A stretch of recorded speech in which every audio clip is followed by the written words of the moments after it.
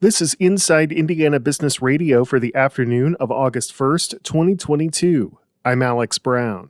A new study from the American Hotel and Lodging Association says Indiana has returned to pre-pandemic levels, with hotel tax revenue growing by nearly 12% and hotel room revenue increasing by 15%. Patrick Tam, CEO of the Indiana Restaurant and Lodging Association, says there is still room for improvement. The second half of this year for downtown Indianapolis and really our trade show convention business going to be down a little bit from 2019 levels, but frankly, looks very strong. At the same time, though, business travel is significantly down. Tam says many forecasts called for revenues to not get back to normal until 2024. Steel workers in Northwest Indiana are getting some more good news. Pittsburgh-based U.S. Steel says employees, including those at the Gary Works plant and Midwest plant in Portage, will take home profit-sharing bonus checks of up to $14,000 based on the company's record $1.1 billion in second quarter earnings.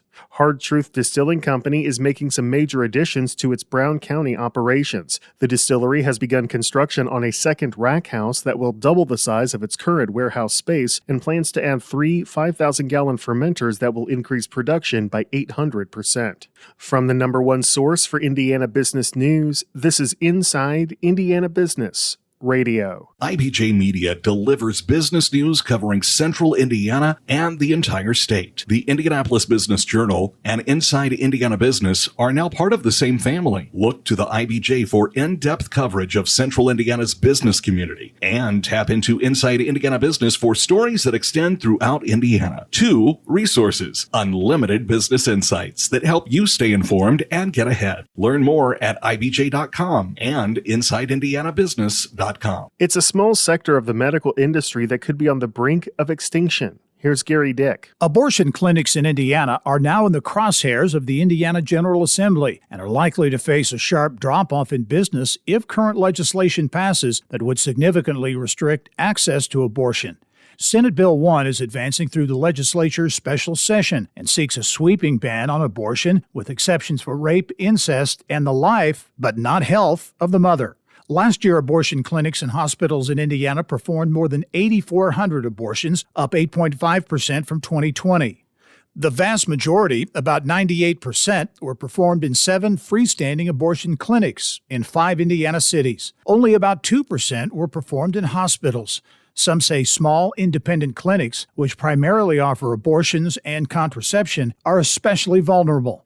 Under Senate Bill 1, only hospitals and licensed surgery centers will be able to perform abortions.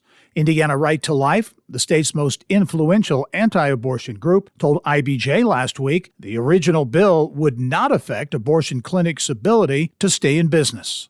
This is Gary Dick for Inside Indiana Business Radio. Evansville-based CenterPoint Energy Indiana South is seeking approval from the Indiana Utility Regulatory Commission to acquire a 130-megawatt solar array. CenterPoint says it has entered into an agreement with Chicago-based Invenergy, which will construct the project in Pike County, to acquire the array when it's completed. Construction on the solar project is expected to begin following approval from the IURC, which is expected next year. The project will support about 130 construction jobs and is slated to be put into service in 2025. The company was previously granted approval to build a solar array in Posey County, as well as power purchase agreements totaling more than 400 megawatts in Warwick, Vermilion, and Knox counties. The Hoosier Cancer Research Network says its mission to help physician scientists bring their best ideas to life is sparking exponential growth. A doctor seeing patients in the clinic battling cancer is often how some of the best ideas for new treatments take root.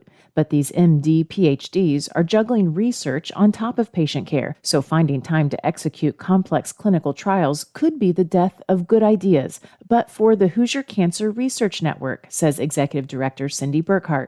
Established in 1984, the network has exploded beyond Indiana's borders and now has 300 clinical sites coast to coast. The nonprofit is partnering with powerhouses such as Johns Hopkins, Dana-Farber, and MD Anderson Cancer Center. Burkhart says HCRN currently has about 90 investigator-initiated studies underway. Our goal is to support our physicians in the best way possible. The physicians are actually the ones writing these studies. These are their ideas based on what they're seeing in the clinic. And, they have boots on the ground. They're very hands-on, and they're really an expert in what they're seeing. Burkhart says HCRN takes the trial from concept through publication. Funding comes from pharmaceutical industry partners, including Indianapolis-based Eli Lilly. Kylie Valletta, Inside Indiana Business Radio. IndyPolitics.org publisher Abdul Hakim Shabazz is this week's guest on the Business and Beyond podcast with Gary Dick, presented by PNC, a weekly conversation with high-profile Hoosiers in business, sports, and entertainment, and beyond. Available now from your favorite podcast provider. I'm Alex Brown for Inside Indiana Business Radio on Demand.